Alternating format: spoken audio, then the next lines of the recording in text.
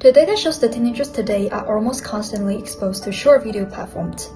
According to a survey released by the Pew Research Center in December 2024, among 1,391 American teenagers aged 13 to 17, 90% use YouTube, 63% use TikTok, and 61% use Instagram.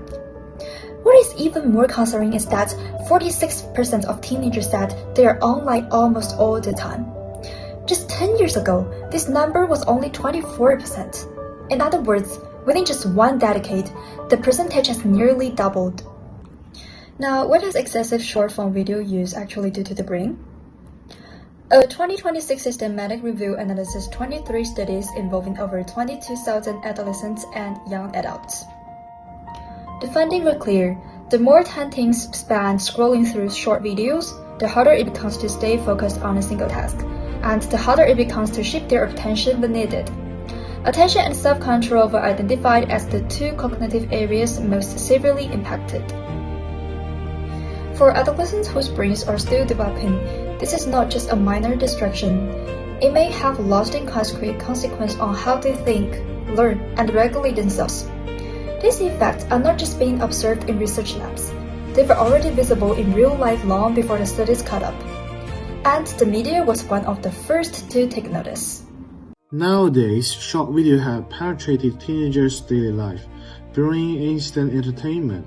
However, behind these attractive clips lie hidden harms to teenagers' physical and mental growth, which have been proven by global authoritative media. First, short video ruin teenagers' deep thinking ability. Fast-paced, second-level content providing instant pleasure, making us accustomed to lazy information reception. Gradually, we lose the ability to focus, thinking independently, and learning complex knowledge. Our attention span shortens and learning efficiency declines. Moreover, endless scrolling harms physical health. Long hours of screen watching lead to poor eyesight and eye strain. Many teenagers even stay up late for videos, resulting in insufficient sleep. This makes us exhausted in study and hinders our physical development. Mental health risks are also highlighted by global news, filled with unrealistic comparison and impetuous trends. Short video easily trigger teenagers' anxiety and inferiority, comparing ordinary real life with filtered online perfections, make us lose confidence and inner peace. Most importantly, short video are highly addictive. The instant pleasure weakens our self-discipline, waste precious time, and make us neglect study, exercise, and real social interaction.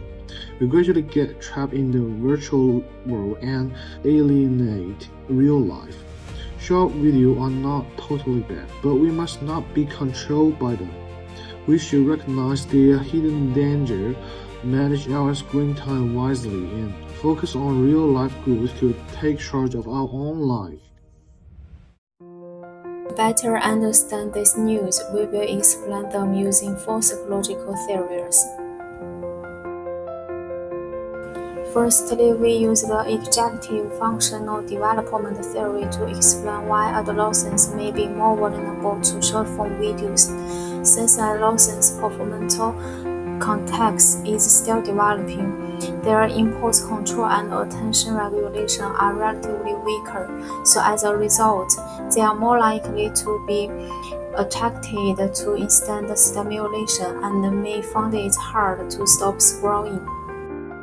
The attention resource theory suggested that attention is limited because short-form videos are fast-paced and highly stimulating.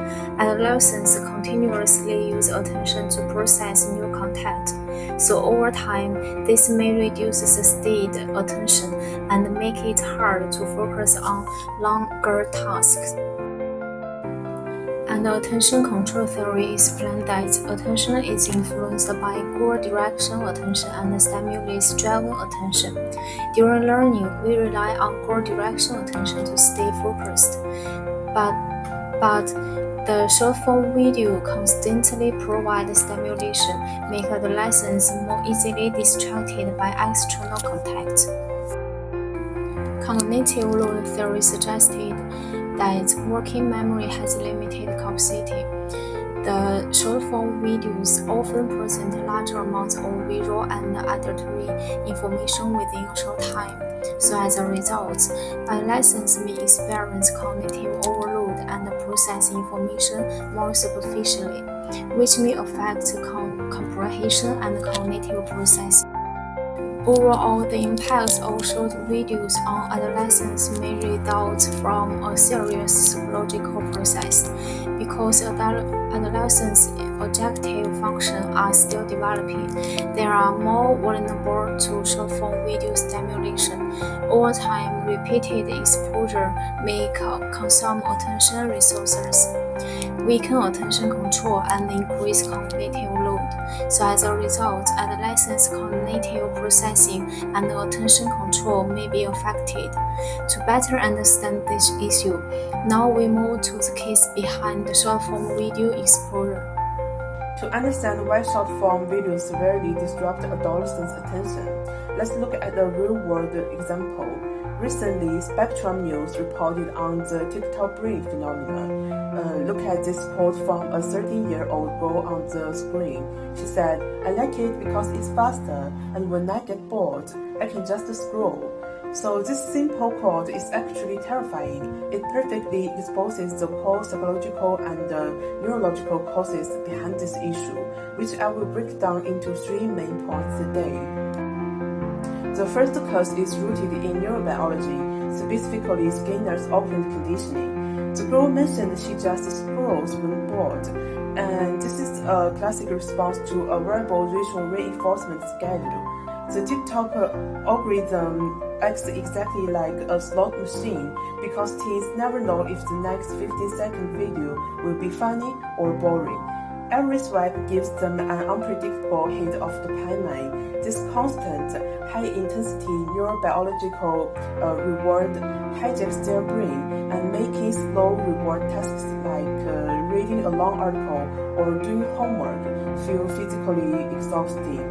Finally, there is the behavioral cause, the destruction of sustained attention. Her inability to tolerate the normal pacing of TV shows the impact of constant context switching. By constantly skipping videos, the second their attention drops, adolescents are actively training their brains to shift focus every 15 seconds. This constant shifting physically weakens the neural pathways required for deep, sustained focus. They are literally losing the muscle needed to concentrate. In short, dopamine traps, cognitive overload, and constant context switching destroy attention spans. And now I will pass to my teammate for interventions. We have seen how short videos affect adolescents' attention, so how should we intervene? Below I will give specific measures from 4 levels. First, adolescents themselves need to learn to train their inhibitory control. Like for example, before wanting to watch a short video, they say 10 words or run from the wheel, then decided whether to watch it. Another method is point exchange. Air 1 point for every 30 minutes of focus study and use those points to exchange for video time. Turn videos into rewards, not maintenance consumption.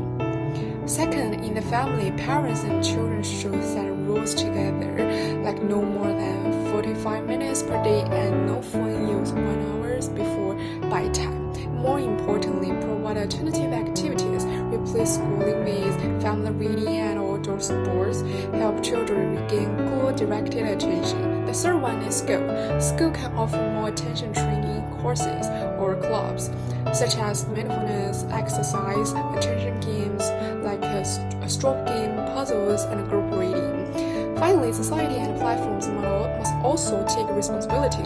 Short video platforms should launch a deep focus mode, reduce rapid switching and highly stimulating content, and provide more high-quality long videos. At the same time, the government can issue guidelines and make sure platforms have age checks and anti-addiction systems. We must be clear, short videos are not our enemy. What matters is how we use them. We need to help adolescents become masters of their phones and take control of their attention. Thank you.